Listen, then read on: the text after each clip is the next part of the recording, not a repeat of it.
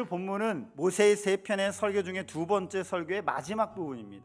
그리고 이제 가나안 땅에 들어가기 일보 직전에, 그리고 실제로 가나안에 들어가서 무엇을 어떻게 하는지, 가장 먼저 무엇을 해야 되는지를 말씀해 주지만 가나안에 어떻게 들어갈 것을 또한 명령하는 본문이기도 합니다. 이들이 광야를 지나서 가나안에 들어가기 전에 건너야 될 강이 요단강입니다. 이 요단을 건너야만 하나님이 약속하신 땅에 들어갈 수가 있다는 거예요. 여호수아 3장 전반부에 요단을 건너는 과정을 자세히 소개하고 있습니다. 3장 4절과 5절에서 얘기하는 명령 세 가지를 구분할 수 있는데요. 하나는 언약궤 뒤를 따르라입니다. 따르라. 이 따른다는 말은 순종한다는 것을 의미하죠. 우리가 하나님의 말씀을 따라갈 때 요단강을 건너는 기적을 경험하게 되고요. 두 번째 4절에 보면 언약궤를 가까이 하지 말라.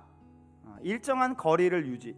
그래서 본문에는 2000규빗, 1규빗이 45.6cm면 그 2000규빗은 약 900m 정도가 됩니다. 900m. 그래서 그 당시에 남자는 약 60만 명, 그 여자와 아이들은 뭐 숫자에 넣지 않았기 때문에 뭐 64, 24를 하더라도 200만 정도가 가장 잘 보일 수 있는 거리가 약 900m라고 신학자들은 얘기합니다.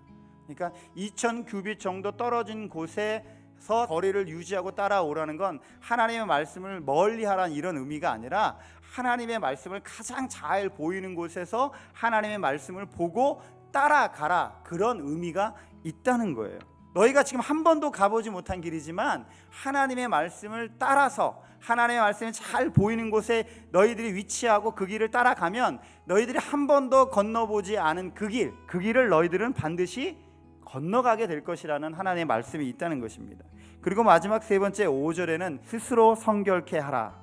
그 하나님께서 약속하신 땅에 들어가기 위해서는 너희들 스스로가 성결케 되어야 한다는 거예요. 자신을 돌아보고 죄악을 씻어내야 하나님의 일을 볼 수가 있다는 것입니다. 여호수아 3장에 말씀하고 있는 이 요단을 건너기 전 세 가지는 정말 어이가 없는 명령이기도 합니다.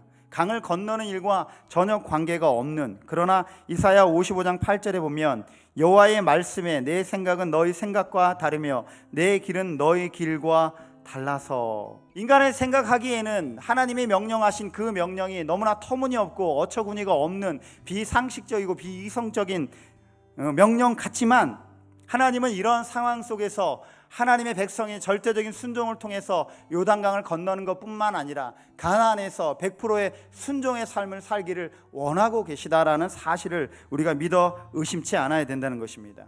여러분, 하나님의 말씀을 내 유한한 생각에 제한시켜 버리지 마시고 온전히 주님의 말씀에 순종하는 여러분 되시기를 주님의 간절히 축원드립니다.